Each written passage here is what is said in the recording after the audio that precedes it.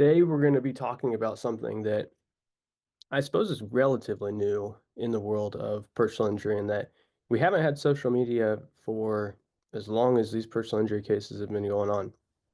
Really, in the last, 15, 20 years is when social media has really taken a rise, and we now have the ability to post everything about what's going on with our life at any given moment from nearly anywhere that we are. And it has created some real hurdles and cases that historically haven't been available. Um, but now that we have such easy access to the internet and posting, it is something that we now have to be mindful of. And social media at our firm, we have a really strict policy on, and it's that we don't use it. We ask that every client that we work with stays off of social media because of what we'll talk about today. Social media can really hurt your car accident case. I mean, it's a really powerful tool, and I know that so many people use it to connect with each other and to stay connected with friends and family. They share life updates. They even use it to express their personal opinions. But the problem is that if you're involved in a car accident and you're pursuing a personal injury claim for compensation, the social media post can substantially impact your recovery. It may seem harmless for people to just post about their daily activities, but in reality, anything you post can have a really damaging effect on your case. And I've given examples of many situations for clients how you may just wake up in the morning and say, it's a beautiful day, feeling great. Or you may be taking your picture and saying, going on a little walk. And the adjusters or whoever it is that sees this post can really take a different perspective and shed that in a light that may not be helpful. So, what we're going to talk about today is just how social media can impact and really hurt your car accident case. And the first thing that we really want to start with is a reminder that insurance adjusters are watching. One of the biggest risks of posting online with social media in your car accident claim is that insurance adjusters are oftentimes monitoring your online activity. They're focusing on minimizing, not maximizing, the financial compensation that you receive in your case. And they go to great lengths to try to determine to what extent the injuries are in fact damaging or impacting your life. And they can find things, social media posts, really easy. All they have to do is just type in your name online, and there you go. Oftentimes, posts or page are not set to private, and even if they were, they're still accessible at a different stage of the case. So let me just give you an example. If you were to be suffering from significant pain and mobility issues, and you post a picture of yourself engaging in some activity, hiking, playing sports, the insurance company can very easily use that picture against you. And they can argue that you're exaggerating or you may have been manipulating the extent of your injuries in the case.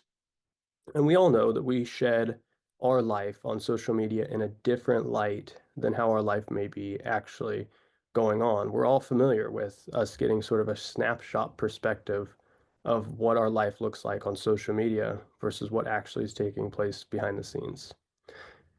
And it's easy for these social media posts to be taken out of context.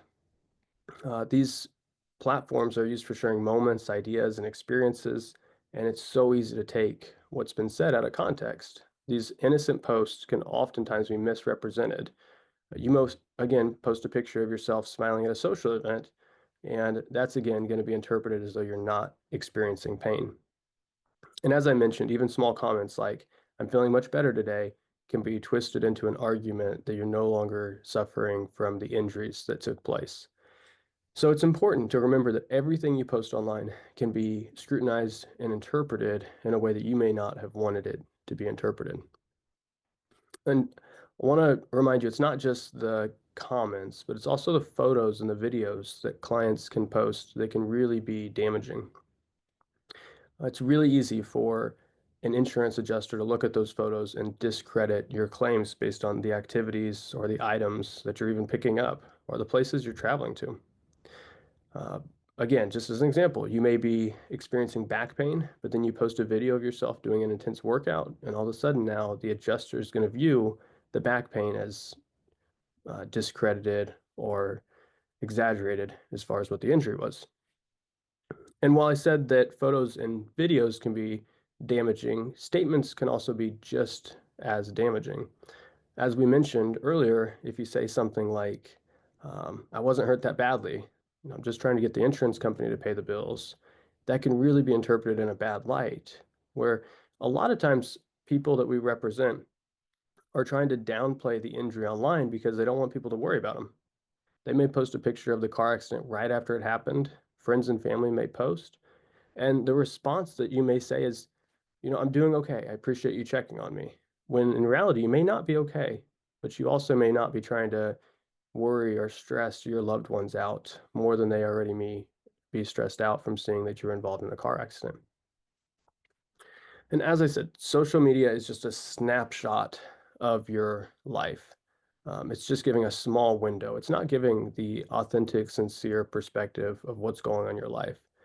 So, for instance, if you're not able to work because you have neck pain, but then you're seen carrying luggage, there's going to be an argument that's going to come up that you weren't that substantially hurt because you were, of course, carrying luggage in the picture.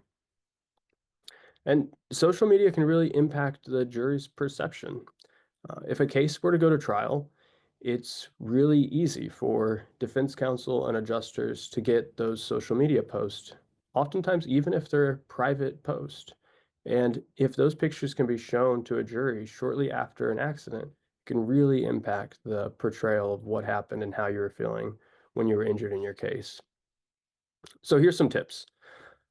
First and foremost, if we can, from the outset, just avoid posting from about the accident at all, that's ideal. I'd even go a step further to say, uh, don't post, period. Don't even use social media when you have a car accident case that's going on. You don't want to post any details about the accident or your recovery because, as I mentioned, even the most innocent statements can be misinterpreted. Now, you can set your account to private, and while this can minimize the likelihood that the adjuster may find the information, it still doesn't make it impossible. And if we ever file a case with the court, it's just so easy for defense counsel to ask for those documents to be provided and us have to give some documents over. Also, don't engage in online discussions. So if there's questions from family and friends, acquaintances on social media asking how you're doing or what's new, just don't post anything in response to it. Keep those conversations offline. Also, if you're working with our office and there's some social media questions, always consult with us. It's such a simple, easy conversation to have to help you navigate what best to do. Everything that you talk about with your attorney is confidential, so it'll be kept private between us and prevent anyone else from knowing what took place and what that conversation was about. And we can give you some advice as far as how to handle social media posts in a way that won't jeopardize or minimize the recovery we can obtain for you. Finally, and this is the advice I really would give to everybody, and we talk about it in every single initial meeting, just deactivate your account. I know social media can be a really habit-oriented activity. We do it day in and day out, and it can be hard to step aside and not post. But the impact it can have on your case can be really detrimental. And it's so worthwhile to just stay offline and avoid posting anything so that we don't have to deal with the consequences of it later on.